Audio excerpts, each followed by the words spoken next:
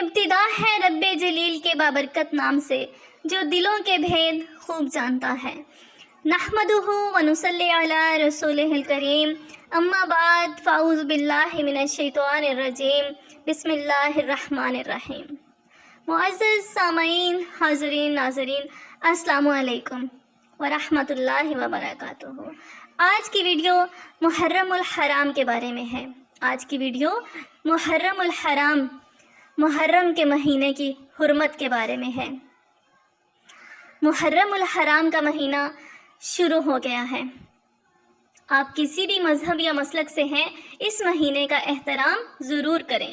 واقعہ کربلا کسی ایک مذہب کا نہیں، پوری کائنات کا المیہ ہے کہ جس میں امام علی مقام حضرت امام حسین رضی اللہ تعالیٰ عنہ کے گھرانے پر ظلم کی انتہا کر دی گئی، لیکن آپ جناب حسین رضی اللہ تعالیٰ عنہ نے کفر کا ڈٹ کر مقابلہ کیا، اور آپ کے سر مبارک نے نیزے پر بھی قرآن پڑھ کر پوری کائنات کو بتا دیا کہ اسلام زندہ ہوتا ہے ہر کربلا کے بعد۔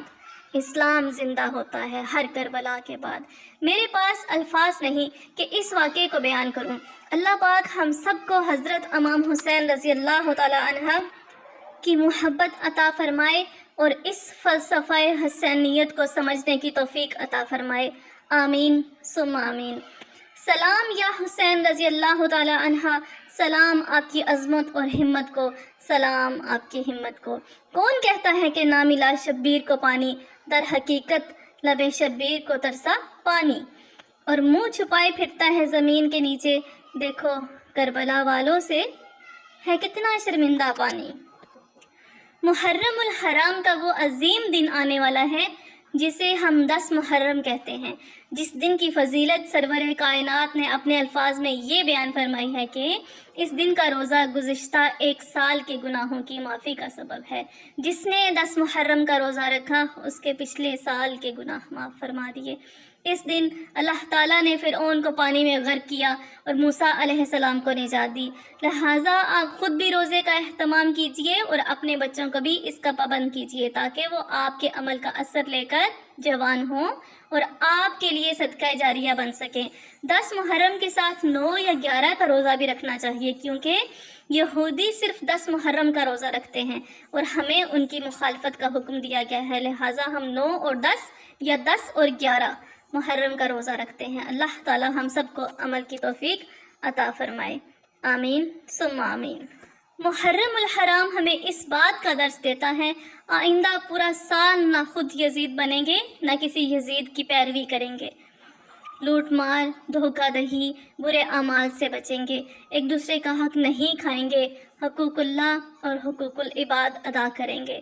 امام حسین علیہ السلام نے سر سجدے میں کٹوا کر ثابت کر دیا، یہ سر خالق کے آگے جھکے گا، کسی ظالم کے آگے نہیں۔ نیا سال مبارک ہو سب کو۔ محرم الحرام سے ہی ہمارا اسلامی سال شروع ہوتا ہے، سب کو نیا سال مبارک۔ واقعہ کربلا بیان تو ہر سال ہوتا ہے، لیکن یاد اسے پورا سال کوئی رکھتا ہے۔ آج کی ویڈیو میں 10 محرم کے بارے میں بات کی۔ اللہ پاک ہم سب کو حرمت والے مہینوں کا احترام کرنے کی توفیق عطا فرمائے۔ اللہ پاک ہمیں ہدایت فرمائے اور دین کے راستے پر چلنے کی توفیق عطا فرمائے، آمین ثم آمین۔